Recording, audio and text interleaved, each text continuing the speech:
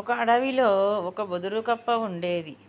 ఆ బొదురు కప్ప గొప్పలకు పోవడం మొదలుపెట్టింది.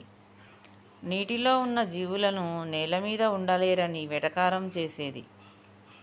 నేల మీద ఉన్న జీవులను నీటిలో ఉండలేరని ఎగతాళి చేసేది. నీటిలోనూ నేల మీద ఉండగల జీవి తానొక్కటేనని విర్రవీగడం మొదలుపెట్టింది. ఓ కాకి ఇదంతా గమనించింది. ఎలాగైనా కప్పకు బుద్ధి చెప్పాలని అనుకుంది.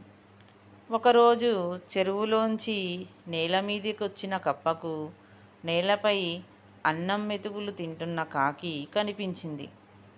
ఏం కాకి బావా, ఎంతసేపైనా నేల మీదనేనా? నాలాగా నీటిలోకి వచ్చేదేమైనా ఉందా అంటూ వ్యంగ్యంగా అంది కప్ప.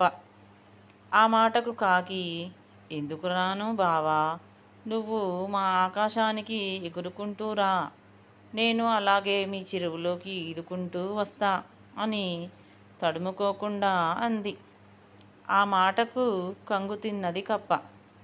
నిజమే కదా, రెండు చోట్ల ఉండగలను కానీ ఆకాశంలో ఎగరలేను కదా, ఇందులో పెద్ద గొప్పేముంది అని అనుకుంది మనసులో కప్ప. ఎలాగైనా ఆకాశంలో కూడా ఎగిరి మూడు చోట్ల ఉండగలనని నిరూపించుకొని ఉండగలనని, ఎగిరే పక్షులకు కూడా నా సత్తా ఏమిటో చూపాలి అనుకుంది. అనుకున్నదే తడవుగా, ఓస్, అదంతా కష్టమేమీ కాదు, నీటిలోనూ నేలపైన ఉన్నదాన్ని ఆ మాత్రం ఆకాశంలోకి ఎగరలేనా? రేపు ఉదయం ఎగురుతాను చూడు అని కాకితో తల ఎగరేస్తూ అంది కప్ప. అహంకారంతో కళ్ళు నెత్తికెక్కిన కప్పకు బుద్ధి చెప్పడానికి ఇదే మంచి సమయం అని కాకి సరే అంది. ఎగరటానికి ముందు రెక్కలు కావాలి కనుక కప్ప వెంటనే నెమలి దగ్గరకు వెళ్ళింది. నెమలి మిత్రమా, నీ ఈకలు కొన్ని నాకు కావాలి. దానికి ప్రతిగా నీకు మొక్కల విత్తనాలు ఇస్తాను అని అడిగింది. నెమలి కొన్ని ఈకలు ఇచ్చింది. ఆ ఈకలు తీసుకొని దర్జీపిట్ట దగ్గరకు వెళ్ళింది కప్ప. దర్జీపిట్ట, మిత్రమా, నాకు ఈ ఈకలతో రెక్కలు కుట్టివ్వవా? దానికి బదులుగా నీకు గింజలు ఇస్తాను అంది. సరేనని దర్జీపిట్ట కప్పకు నెమలి ఈకలతో రంగురంగుల రెక్కలను కుట్టి ఇచ్చింది.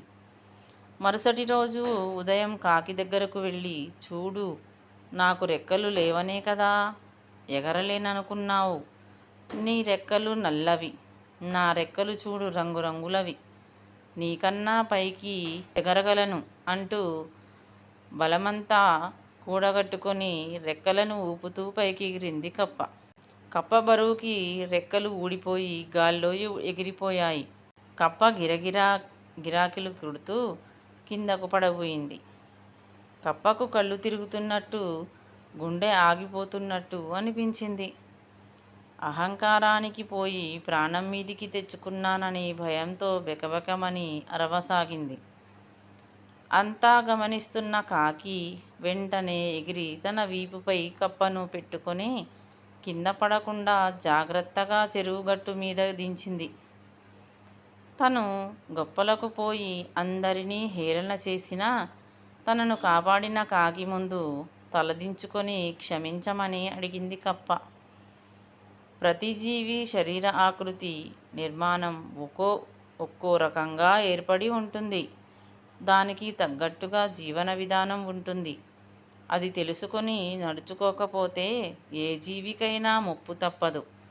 అహంకారపు పొరలు బుద్ధిని కమ్మేస్తాయి. వాటికి మనం దూరంగా ఉండాలి. ఇకనైనా ఎవరినీ హేళన చేయకుండా బుద్ధిగా ఉండు అంటూ కాకి కప్పకు సుద్దులు చెప్పింది.